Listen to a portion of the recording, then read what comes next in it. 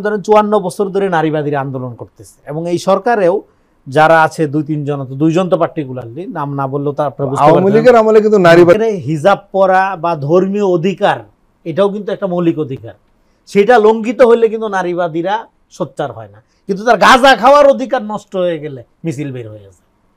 হ্যাঁ, গাঁজা খাওয়ার রাইট তার আছে, সে গাঁজা খাবে, মদ খাবে, যা খাবে, হ্যাঁ, আইনের চোখে যেটা যদি অপরাধ এটা আইন ধরবে, কিন্তু পার্সোনালি সে কি করবে না করবে সে মোরাল পলিসিং কেউ করবো না আমরা।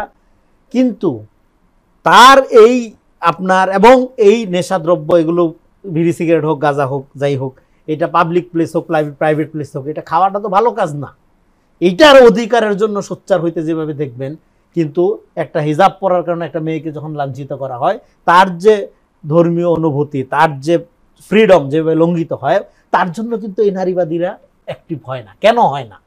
অ্যাক্টিভ যে হয় না, কেন হয় না এটা আমাদের বুঝতে হবে। অ্যাক্টিভ হয় না বিকজ অফ তারা মনে করে নাগরিক অধিকার বা নারী অধিকার এইটা শুধুমাত্র একটা সেকুলার ব্যাপার।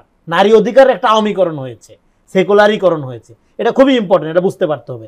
এই আমরা কম দেখেছি। হ্যাঁ, এখন যেটা হলো না, নারীবাদ তো বেসিক্যালি একটা আওয়ামী প্রবণতা। এই যে শাহবাগ কেন্দ্রিক একটা যে নারীবাদী প্রকল্প, দেখেন গ্লোবালি নারীবাদ একটা ইডিওলজি, ফিলোসফি, আর বাংলাদেশে আইসা নারীবাদ হয়ে গেছে একটা শাহবাগী সেকুলার আওয়ামী ন্যারেশন উৎপাদনের একটা সেকেন্ড অজুহাত।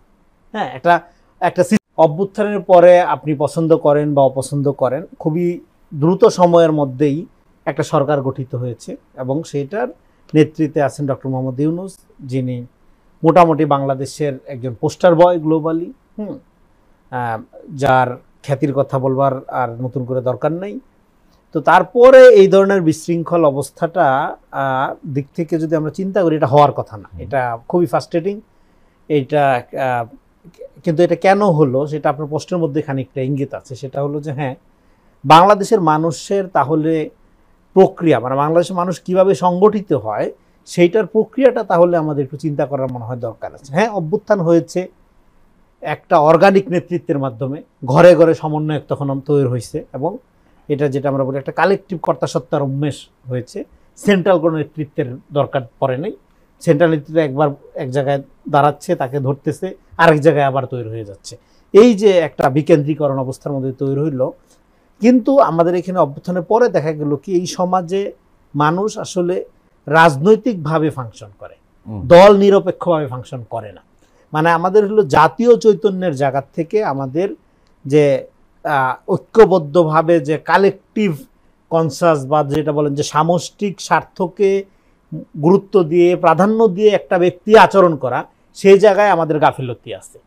আমরা আচরণটা করি ব্যক্তিগত ইমিডিয়েট লাভ অলাভের হিসাবকে মাথায় রেখে, অথবা দলীয় চিন্তা, গোষ্ঠীর এইটা যেটা হয়। এবং এই ব্যক্তিগত লাভ অলাভটা যখন দলবদ্ধভাবে হয় তখন অবস্থাটা আরো ভয়াবহ হয়, যেটা এখন হচ্ছে। একটা ব্যক্তি ধরেন ঠিক আছে, সে 10 টাকার জায়গায় 20 টাকা চুরি করার জন্য একটা অন্যায় করবে, কিন্তু সেখানে ওই 20 টাকা চুরি করার জন্য একটা পুরো দলই গঠিত হয়ে যাবে, তখন অন্যায়ের মাত্রাটা ব্যাপকভাবে হয়ে যায়। ফলে আমাদের এখানে অভ্যুত্থানের পরে যে ক্যাওয়াটিক কন্ডিশনটা তৈরি হচ্ছে সেটা হলো যে এই যে আমাদের দুইটা জায়গায় আমাদের তাহলে ফোকাস করতে হবে। একটা হলো ব্যক্তি লেভেলে অভ্যুত্থানের যে স্পিরিট, এটার আলোকে আমাদের পার্সোনাল যে কারেকশনটা দরকার ছিল, সামষ্টিক স্বার্থের অনুকূলে নিজে অ্যাক্ট করা, সেই জায়গার থেকে আমরা একটা সামষ্টিক সার্বিক স্বার্থ না দেখে আমরা নিজস্ব ক্ষুদ্র জায়গার থেকে বা ক্ষুদ্র দলীয় স্বার্থের জায়গার থেকে, যে যার দল, আমি কারো নাম নিচ্ছি না, যে যার দলের জায়গার থেকে আমরা ইমিডিয়েট কী অ্যাচিভ করতে পারবো সেটা ফ্রেম করে আমরা একটা ঝগড়াঝাটিতে লিপ্ত হয়েছি। সেই ঝগড়াঝাটিতে লিপ্ত হওয়ার ইমিডিয়েট রেজাল্ট হলো আপনার পুরা আইন শৃঙ্খলা অবস্থা দূরের কথা, আপনার পুরা জননিরাপত্তা ভেঙে পড়ছে। এবং এই যে নারীদের উপর এখন যেটা হচ্ছে, যেটা নিয়ে সবচেয়ে আপনারা ধরেন যে আলোচিত হচ্ছে, একটা উদাহরণ দিলে বোঝা যাবে যে অবস্থাটা কোন লেভেলে গেছে। এখন আমাদের এখানে স্টার কনসার্ন হয়ে গেছে। তো সেই জায়গার থেকে এখানে এই উপদেষ্টা পরিষদের 2 জন নারী যে আছেন, তারা তো এনজিও ওয়ার্ল্ডে খুবই পরিচিত এবং নারী অধিকার আন্দোলন, পরিবেশ অধিকার আন্দোলন, এগুলোতে দীর্ঘদিন যাবৎ তারা সম্পৃক্ত। এবং তার মানে তারা অবস্থাটা কত খারাপ আমাদের এখানে এটা খুবই ভালো জানেন। তারপরে তারা দায়িত্ব নেওয়ার পরে অবস্থাটা যখন এরকম থাকে, তাহলে এই যে কথাটা আমি বলি, দেখেন আমরা একটা আওয়ামীময় অবস্থার মধ্যে আছি। তার মানে কি, ধর্ষণ, নারীর প্রতি নিপীড়ন, এটা একটা আওয়ামী ফেনোমেনা। অন্য আমলে যে হয় না সেটা না।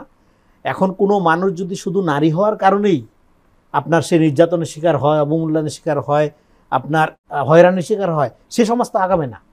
সেই সমাজের কোনো ভবিষ্যৎ নাই, এটা বলে দিতে পারি। কিন্তু আমি যে পয়েন্টটা মেক করতে চাচ্ছি, আমাদের এখানে নারীবাদের নামে যেই জায়গাটা তৈরি করা হচ্ছে, আপনার এখানে যে নারী অধিকারের আওয়ামীকরণ, এর মধ্য দিয়ে আপনি যত বেশি নারী আন্দোলন করেন তত নারী আরো নির্যাতিত হইতে থাকে। সিগারেট খাওয়ার জন্য তোমাকে হেনস্থা করা হয়েছে, ডেফিনেটলি অন্যায়, তার শাস্তি হইতে হবে। যারা তাকে বাধা দিছে বা তাকে হ্যারাস করছে, হ্যাঁ, শাস্তি হইতে হবে। এইবার আপনি তার প্রতিবাদে গণহারে বিড়ি খাওয়া কর্মসূচি দেন, ঘটনাটা কত হাস্যকর হবে না?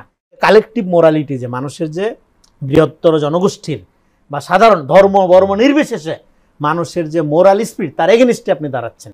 তাহলে আমাদের এখানে নারীবাদ, এই যে কোনো ফাহাম আব্দুল সালাম যে কথাটা বলছিল, যে কোনো একটা ভালো আইডিয়া বাংলাদেশে আইসা সে কথাটা না বলে এটা আবর্জনা হয়ে যায়। হ্যাঁ, তো সেই যে আবর্জনা, এখানকার নারীবাদী যে আবর্জনাটা, তথাকথিত নারীবাদ বলতে হবে, নারীবাদের নামে এখানে যে আওয়ামী শাহবাগী সেকুলার ফ্যাসিবাদী বয়ানের যে ডকট্রিন, আমি বলবো এমন একটা জায়গায় গেছে যে এই ফ্যাসিবাদটাকে আমরা একটা সেকুলার ফ্যাসিবাদ বলতে পারি। হ্যাঁ, তো এই যে বয়ানটা, এই বয়ানের মধ্য দিয়ে করা হচ্ছে কি, যখন আপনার নাগরিক অধিকার নারী অধিকারের কথা বলতেছে, তখন সমাজের ধর্মীয় মূল্যবোধের অধিকারী যারা, বিশেষ করে ইসলামী মূল্যবোধের যারা অধিকারী বা যারা ধারণ করেন, তাদেরকে এই নাগরিক পুরা বর্গের বাইরে রাখা হচ্ছে। মনে হচ্ছে ওরা রিয়েকশনারি। ফলে নাগরিক আন্দোলনের এই যে সেকুলারিকরণ আওয়ামীকরণ হয়েছে, এর মধ্য দিয়ে আপনি যত আন্দোলন করবেন সমাজে ডিভিশন দূর হবে না, সমাজে অনৈক্য দূর হবে না। ফলে এখন কাম টু দ্য পয়েন্ট, আপনার প্রশ্নে যদি সরাসরি আসি, তাহলে এই অস্থিরতার জন্য আমাদের একটা কমন জাতীয় ন্যারেশন লাগবে, জাতীয় বয়ান লাগবে, যে বয়ানের ভিত্তিতে আমরা এই যে মাইনরিটি গ্রুপ গোষ্ঠী শাহবাগী বা আল্ট্রা সেকুলার যে গোষ্ঠীটা, এবং এইখানকার সেকুলারিজমটা ইউরোপ আমেরিকার মতো না, সর্বধর্মের সমন্বয় চায় না, সে চায় ইসলাম বিদ্বেষ। ফলে এখানকার সেকুলারিজমটা হিন্দুত্ববাদী আইডিয়ার দ্বারা, আদর্শ দ্বারা অনুপ্রাণিত, ইন্সপায়ার্ড। এই কারণে যখনই সে আধুনিকতার প্রগতিশীলের কথা বলে, এটা অ্যান্টি ইসলামী জায়গা থেকে সে ফাংশন করে। এই যে বয়ানটা, এই জায়গাটা আমি বারবার যে গুরুত্ব দিয়ে বোঝানোর চেষ্টা করতেছি, এইটা যদি আপনি না বুঝেন, তাহলে সেটা হবে কি, আপনি নাগরিক অধিকার বলেন, নারী অধিকার বলেন, জননিরাপত্তা বলেন, এগুলোর নামে যত কাজই করেন না কেন, সমাজের একটা বৃহত্তর অংশকে যখন বাইরে রেখে আপনি এগুলি করতে যাবেন, একটা রিয়াকশন তৈরি হবে।